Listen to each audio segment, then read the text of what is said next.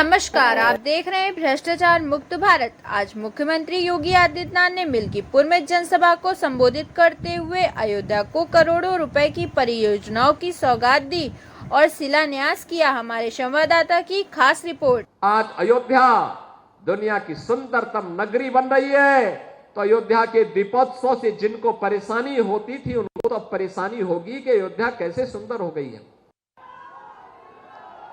क्योंकि इनको तो वो विवादी ढांचा प्यारा था जिसको राम भक्तों ने नेस्तनाबूद करने का काम कर दिया था। ये राम भक्तों पर गोली चलाते थे। राम भक्तों के खून से जिनके हाथ सने हुए हो, अयोध्या की चर्चा जब ये करते हैं तो बड़ा आश्चर्य होता है।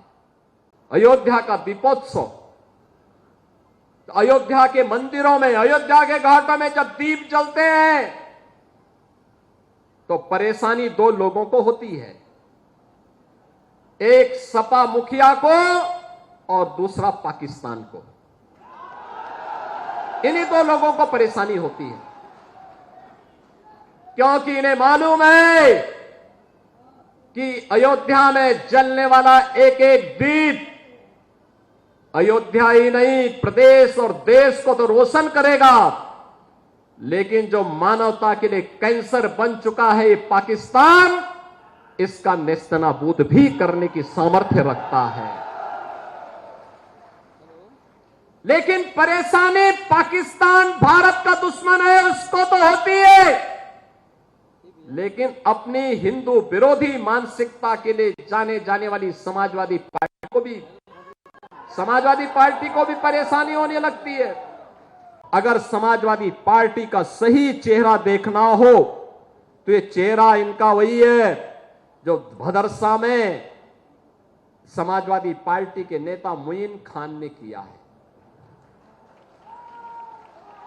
ये भी समाजवादी पार्टी का नेता है। कन्नौज में इनका एक नवाब सिंह यादव है, उसने भी एक बेटी के साथ इसी प्रकार का व्यवहार किया है, इसी प्रकार का कृत्य किया है। अभी आप देख रहे होंगे भदोई में भी इनका एक विधायक, भदोई का कारनामा भी इनका देखिए। हरदोई में भी एक अधिवक्ता की हत्या समाजवादी पार्टी के ही पूर्व जिलाध्यक्ष के द्वारा की गई। एक बालिका के साथ अलीगढ़ में, मऊ के अंदर भी इनका एक नेता इस प्रकार के दरिंदगी की में शामिल पाया गया और इनका एक विधायक पूर्व बन चुका है, उसके द्वारा भी कानपुर में इसी प्रकार के कृत्य किए जाते थे। ये लोग गरीबों की जमीनों पर कब्जा करते हैं, अराजकता फैलाते हैं, देशद्रोही तत्वों को अपने राजनीतिक स्वार्थ के लिए प्रश्रय देते हैं, अराजकता फैलाते हैं। और इसीलिए मैं कह सकता हूं बहनों और भाइयों कि जैसे कुत्ते की पूंछ सीधी नहीं हो सकती, वैसे ही ये समाजवादी पार्टी के दरिंदे जो बेटियों की सुरक्षा के साथ खिलवाड़ कर रहे हैं, ये कभी ठीक नहीं हो सकते। इनके लिए तो कानून के दायरे में ला करके इन पे शिकंजा कसना पड़ेगा और हमारी सरकार वही काम कर रही है इनके साथ में। समाजवादी पार्टी के भूमाफिया और गुंडों ने जो जमीनें कब्जा की थी, 64,000 हेक्टेयर लैंड को इनके कब्जे से मुक्त कराया। तो जब गुर्गों से आप जमीन कब्जा मुक्त कराएंगे तो सरगना को तो परेशानी होगी ही होगी। और सरगना आज इसीलिए बार बार बोलता है कि अयोध्या में जमीन घोटाला हुआ है। मैं उनको बताना चाहता हूं अयोध्या में जमीन घोटाला नहीं हुआ है।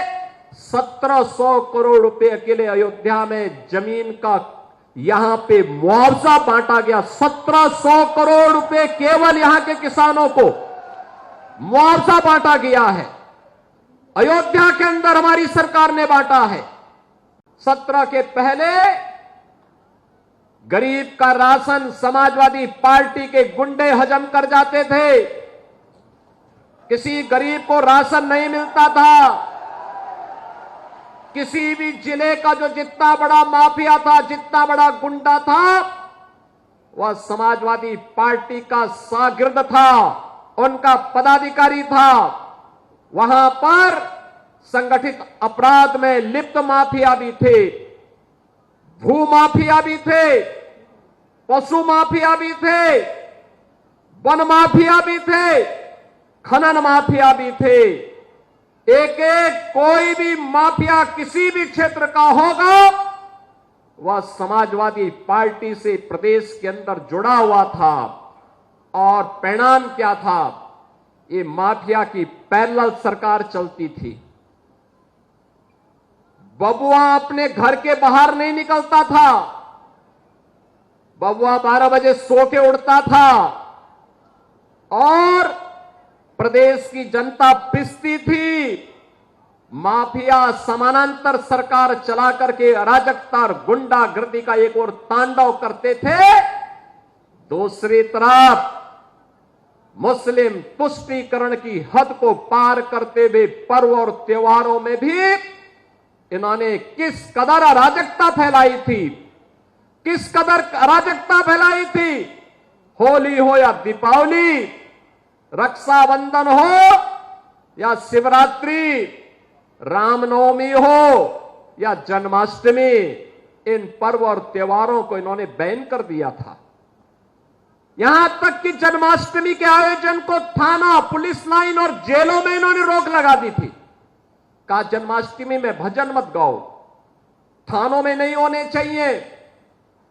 आयोजनों को इन्होंने रोकने का काम किया था, क्योंकि हरे रामा हरे कृष्णा की धुन कुछ लोगों को पसंद नहीं थी, इसलिए समाजवादी पार्टी इसको बैन करती थी।